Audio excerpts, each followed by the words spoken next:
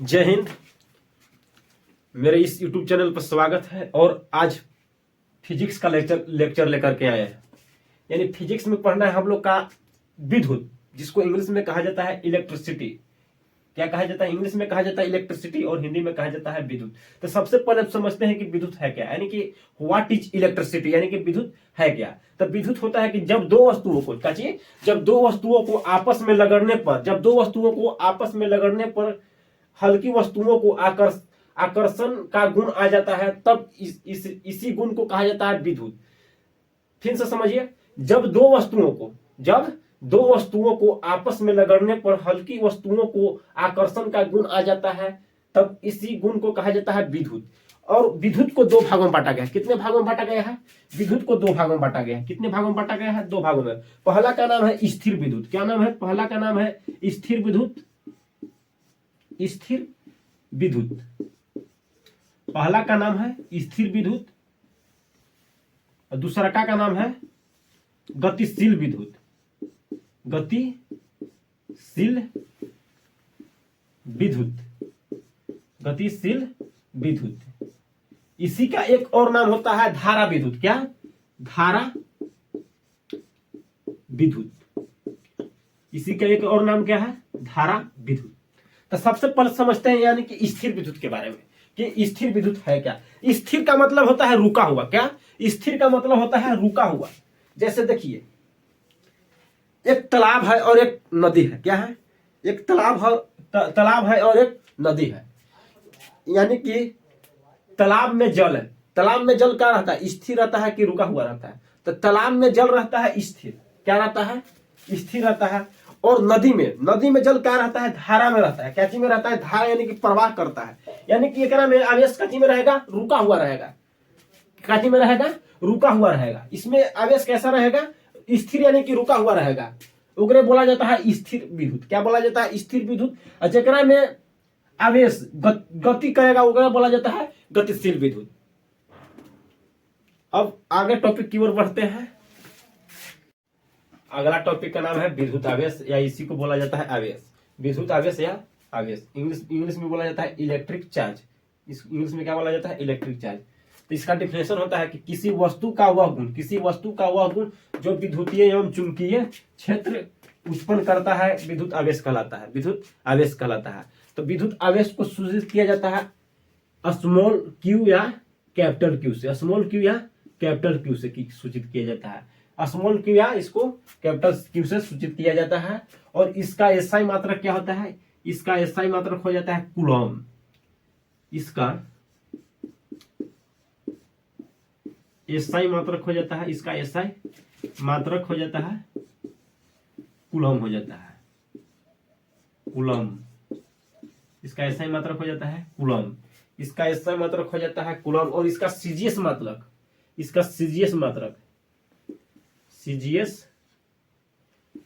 हो जाता है एब्सोल्यूट कूलम। स्टैट कूलम होता है, स्टैट भी होता है, एब्सोल्यूट भी होता है।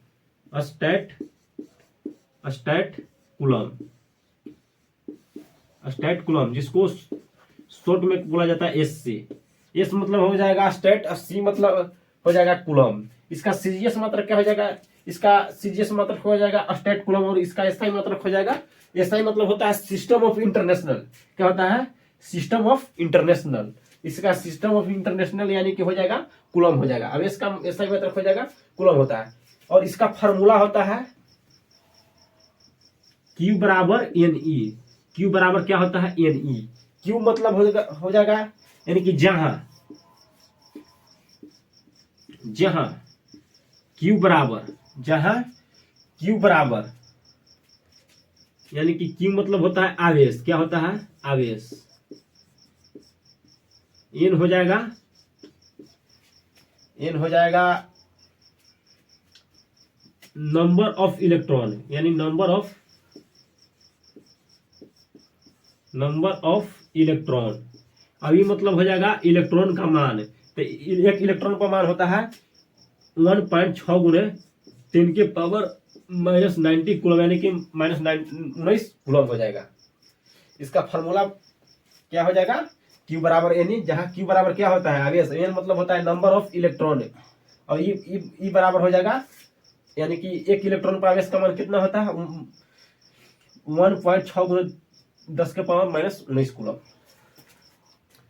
फिर से इसका डेफिनेशन देखिए, किसी वस्तु का वह गुण, क्या चीज, किसी वस्तु का वह गुण जो विद्युतीय एवं चुंबकीय क्षेत्र उत्पन्न करता है विद्युत आवेश कहलाता है। क्या कहलाता है, विद्युत आवेश कहलाता है। आवेश को क्यू से सूचित करते हैं, कैसे सूचित करते हैं, इसको स्मॉल क्यू से या कैपिटल क्यू से सूचित किया जाता है। इसको स्मॉल क्यू या कैपिटल क्यू से सूचित किया जाता है। इसका एसआई मात्रक होता है, इसका एसआई मात्रक होता है कूलम। क्या होता है, इसका एसआई मात्रक होता है कूलम, और इसका सीजीएस मतलब होता है स्टैट कूलम। क्या होता है, स्टैट कूलम। और इसका फार्मूला होता है Q बराबर NE होता है। क्या होता है, NE होता है। जहां Q बराबर आवेश है, N मतलब हो गया कि number of electron, number of electron यानी कि इलेक्ट्रॉन की संख्या, यानी कि एक इलेक्ट्रॉन पर संख्या होता है 1.6 गुना 10 के पावर माइनस 90 कूलम, यानी कि 10 के पावर माइनस 19 कूलम। आवेश के डिफिनेशन लिख करके लिखना है, आवेश इसे स्मॉल क्यू या कैपिटल क्यू से सूचित किया जाता है, सूचित किया जाता है। अगला पॉइंट में लिखना है,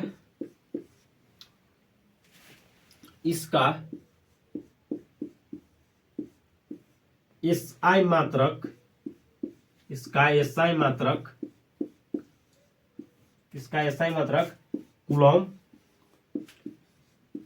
कूलम तथा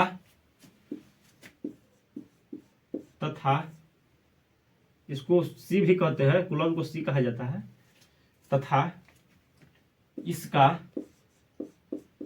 यानी जहां सी लगा रहेगा, यानी कि सी दिखेगा तो समझ जाएंगे कि क्या है, कूलम है। क्या है, कूलम है। तथा इसका सीजीएस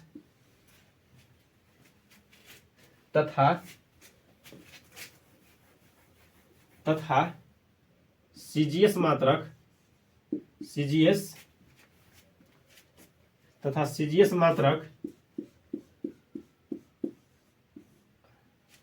स्टैट कूलम होता है। क्या, स्टैट कूलम, यानी कि एससी लगा रहेगा तो समझ जाएंगे कि क्या चीज है, स्टैट कूलम होता है। स्टैट कूलम, अब ये सी लगा रहेगा तो समझ जाएंगे कि कूलम होता है। अगला पॉइंट, आवेश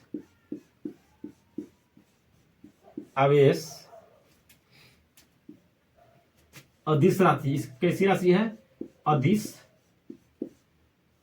राशि है। आवेश कैसी राशि है, अदिश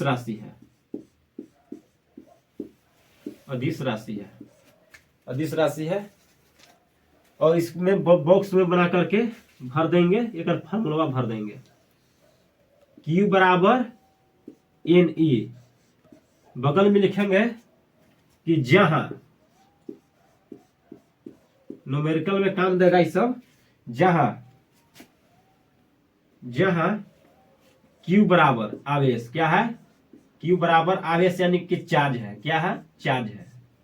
Q बराबर आवेश, अब N मतलब हो जाएगा नंबर ऑफ इलेक्ट्रॉन। क्या हो जाएगा, N बराबर हो जाएगा नंबर ऑफ, NE लिख देते हैं, नंबर ऑफ इलेक्ट्रॉन हो जाएगा। क्या हो जाएगा, नंबर ऑफ इलेक्ट्रॉन लिख लीजिएगा। अब ये मतलब होगा कि एक इलेक्ट्रॉन पर चार्ज कितना होता है, 1.6 गुने 10 के पावर माइनस 90 कूलम, इतना ही होता है। इसको लिख लीजिए। अब चलते हैं आवेश की प्रकार की ओर। काची, आवेश के प्रकार,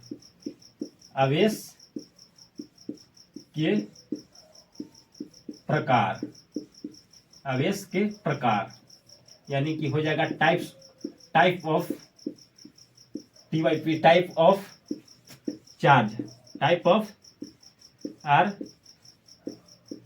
चार्ज, यानी कि चार्ज के प्रकार। तो आवेश दो प्रकार के होते हैं। कितने प्रकार के होते हैं, आवेश दो प्रकार के होता है। आवेश कितना प्रकार का होता है, दो प्रकार का होता है। पहला का नाम होता है धन आवेश, पहला का नाम होता है धन आवेश। पहला का नाम क्या होता है, धन आवेश। और दूसरका का नाम होता है, दूसरका का नाम होता है ऋण आवेश। क्या होता है? ऋण आवेश। ऋण, दूसरका का नाम होता है ऋण आवेश। यानी धन यानी कि इलेक्ट्रॉन को क्या करेगा? त्याग करेगा। इलेक्ट्रॉन के क्या करेगा? ये इलेक्ट्रॉन को त्याग करेगा, वो कहलाएगा धन आवेश। क्या कहलाएगा? इलेक्ट्रॉन को त्याग करेगा, वो कहलाएगा धन आवेश। और इलेक्ट्रॉन को ग्रहण करेगा, ये कहलाएगा ऋण आवेश। इसका सैंबल होता है प्लस और इसका सैंबल होता है माइनस। इसका सैंबल क्या होता है? माइनस। इसको प्रोटॉन कहते हैं और इसको बोला जाता है इलेक्ट्रॉन। इसको क्या बोला जाता है? यानी कि प्रोटॉन कैसा कण है? प्रोटॉन धनात्मक कण है। धनात्मक यानी कि पॉजिटिव, यानी कि पॉजिटिव कण है। प्रोटॉन कैसा कण है? पॉजिटिव कण है, यानी कि धनात्मक है। और यानी कि इलेक्ट्रॉन कैसा कण है? ऋणात्मक कण है। क्या है? ऋणात्मक यानी कण है। और इसका धन आवेश का डिफिनेशन बोलेंगे। क्या लिखिए धन आवेश का डिफिनेशन? इसका डिफिनेशन लिखना है, लिखिएगा कि वैसा आवेश, वैसा आवेश, वैसा आवेश, ऐसा आवेश, वैसा आवेश जो इलेक्ट्रॉन को, जो इलेक्ट्रॉन को त्याग करता है,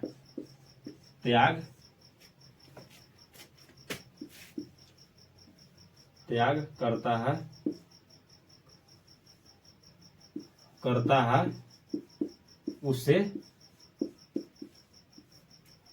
धन आवेश कहते हैं। उसे क्या कहते हैं? धन आवेश कहते हैं।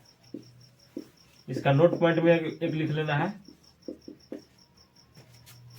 नोट पॉइंट में स्टार्ट पे करके नोट में लिख लेना है।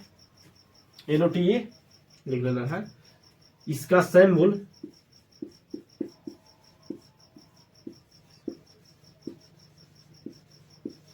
यानी संकेत हो जाएगा प्लस VE, या प्रोटॉन भी कह सकते हैं, VE होता है।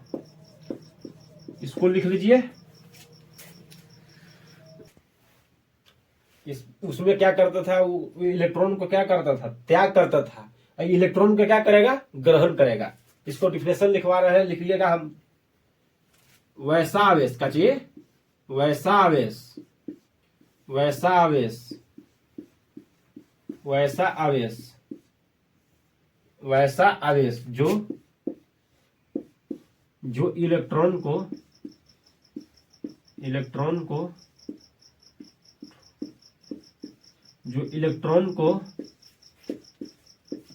ग्रहण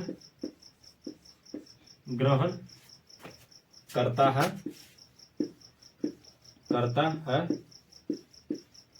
ऋण आवेश कहलाता है। क्या कहलाता है? ऋण आवेश कहलाता है। ऋण आवेश कहलाता है। देख लीजिए एक बार फिर डिफिनेशन इसका क्या है? ऋण आवेश, यानी कि जिसको इंग्लिश में बोला जाता है निगेटिव चार्ज। क्या बोला जाता है? Negative charge. इसका डिफिनेशन होता है कि वैसा आवेश, क्या? वैसा आवेश जो इलेक्ट्रॉन को क्या करता है? इलेक्ट्रॉन को ग्रहण करता है, ऋण आवेश कहलाता है। और पॉजिटिव चार्ज कैसे कहते थे? किसे कहते थे? यानी कि वैसा आवेश, क्या? वैसा आवेश जो इलेक्ट्रॉन को क्या करता था? त्याग करता था। जो इलेक्ट्रॉन को क्या करता था? त्याग करता था। वह कहा जाता था धन आवेश, यानी कि ऋण आवेश, निगेटिव चार्ज। इसको नोट पॉइंट में लिखना है। नोट पॉइंट में लिखना है। इसका सैंबल